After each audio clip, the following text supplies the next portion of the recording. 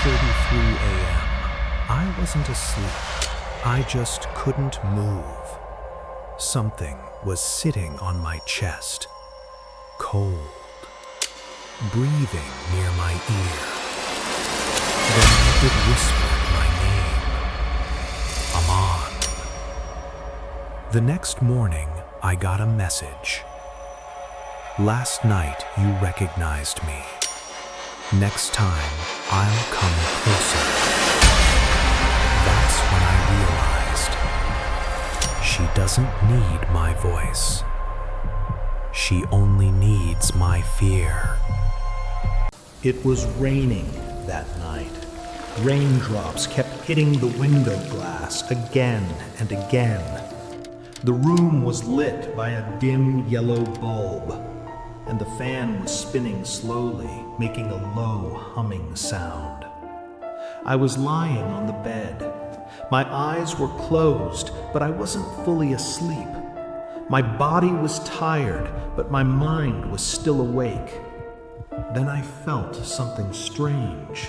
It felt like my body had fallen asleep, but I was still conscious. I could hear everything in the room, the hum of the fan, dogs barking outside, the ticking of the clock on the wall. But I couldn't move. Not my hands, not my legs, not even my neck. My entire body felt locked in place. At first, I thought it was just exhaustion. I tried to calm myself down in my head, but then I felt a light pressure on my chest. It felt like someone had gently placed a hand there. A few seconds later, the pressure started to increase. It was no longer just pressure, it was weight. I could clearly feel something sitting on my chest. Breathing became difficult.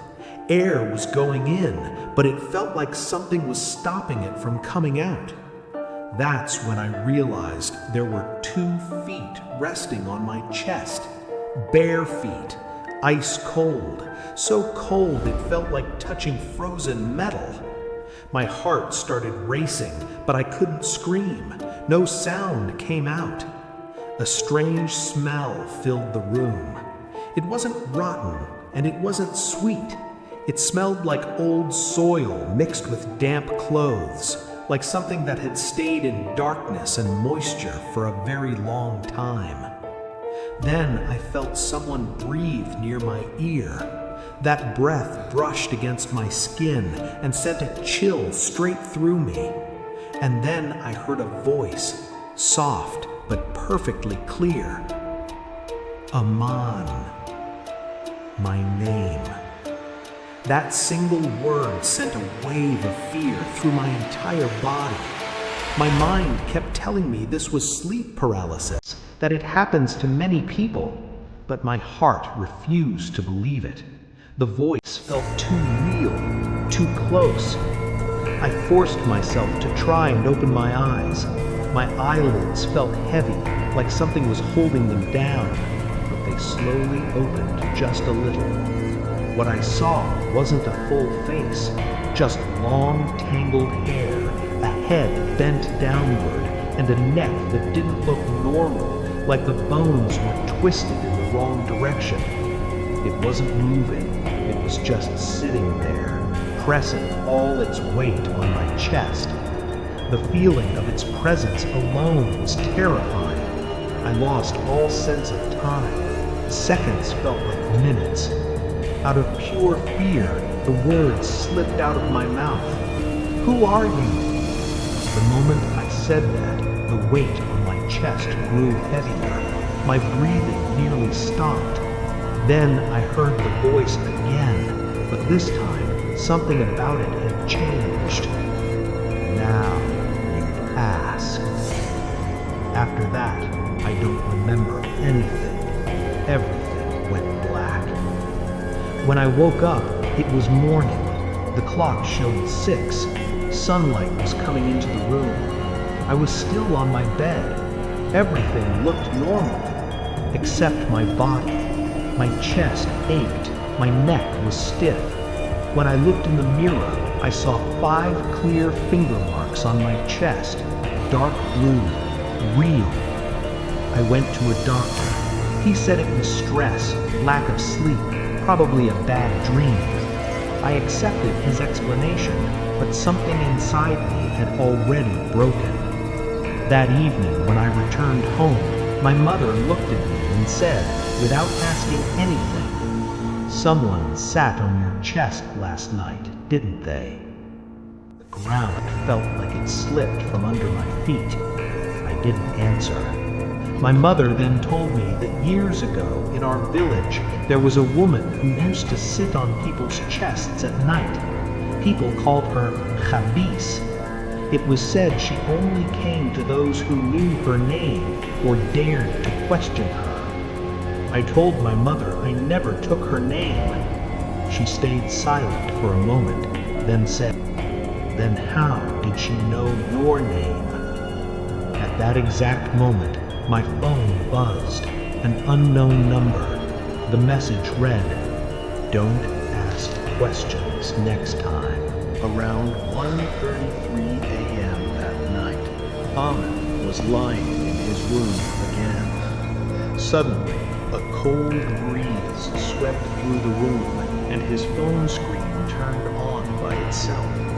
In the glow of the phone, he saw something standing in the corner of the room. Just a shadow, tall and stretchy, hair tangled and thick, neck twisted at an unnatural angle. A whisper came again, but this time not his name, just a hint.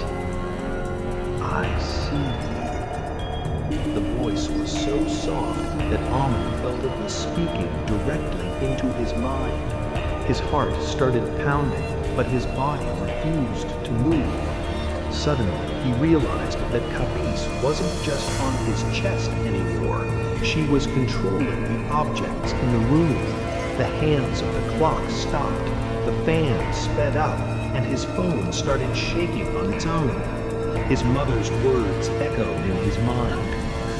"Khabis only comes when you have already felt her." Aman understood. She didn't just know his name. She could sense fear and his awareness. Then the same pressure on his chest returned, stronger than ever. His breathing nearly stopped. Aman felt that if he didn't show courage, Khabis whispered his name. Aman.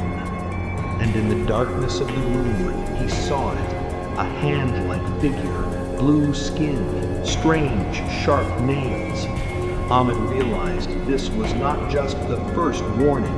The next time, if he asked any question, it wouldn't be a warning, it would be an attack. He understood that Khabis didn't just come for names. She could feel human fear, curiosity, and consciousness. Anyone who questions her or shows fear becomes her target. Suddenly, another message appeared on his phone from an unknown number. "Last night you recognized me. Next time I will come closer." Aman realized that Khabis could now come even closer. Would she only give warnings, or would she attack next time? And if she could play with his mind and awareness, could Aman ever truly be safe? After that chilling message, Aman couldn't sleep. He lay on his bed, eyes wide open, feeling the weight of her presence even without seeing her. Every shadow in the room seemed alive. Every creak of the fan sounded like footsteps. Hours passed. The clock ticked slowly, but his heart raced as if time had stopped. Then, around 2:17 a.m., he felt it again. The same pressure on his chest, but heavier than ever. He couldn't move at all. The whisper came, closer and stronger. He could feel her breathing on his face. Suddenly, the lights flickered and went out completely. The room was pitch black, but he could sense that she was hovering right above him. Her shadow fell over him, and he felt her cold hands pressing on his chest. His breath caught. Fear consumed him, and for the first time he tried to scream, mouth open, but no sound came out. Then his mother's words echoed in his mind. Khabis only comes when you have already felt her. Aman realized the horrifying truth. Once she has marked you, you are never safe. The pressure increased. The air grew thick and heavy. Every heartbeat pounded like a hammer inside his chest. Then he heard the whisper again. I told you, next time I would come closer. Suddenly, he saw movement in the darkness. The shadow slowly took shape. Her face emerged. Pale, almost translucent skin. Eyes black as midnight, hair tangled like a dark waterfall. The most terrifying part, her mouth moved, but no words came out. Instead, he felt the words directly in his mind. I don't need your voice. I only need your fear. Aman's mind shattered.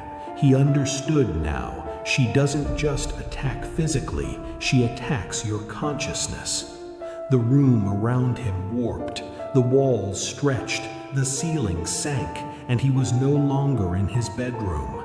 He was standing in endless darkness, surrounded by hundreds of shadows, all whispering his name. Aman. Aman. Every shadow was a memory of fear, every whisper a fragment of his mind. He realized Khabis's final rule. Once you recognize her, you are never alone. You are always in her world. Aman tried to scream, move, or fight, but nothing worked. She bent closer, and he could feel her cold breath filling his lungs. Then, just as he thought it was the end, he woke up. Sunlight poured through the window. His chest ached, but the finger marks were gone. The room looked normal.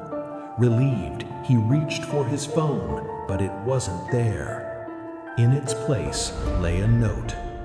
I am closer than you think. Outside his window, a shadow stood staring at him, pale and motionless, before disappearing into the morning fog. Aman realized the terrifying truth. She is not bound by rooms or walls. Once you recognize her, she can reach you anywhere.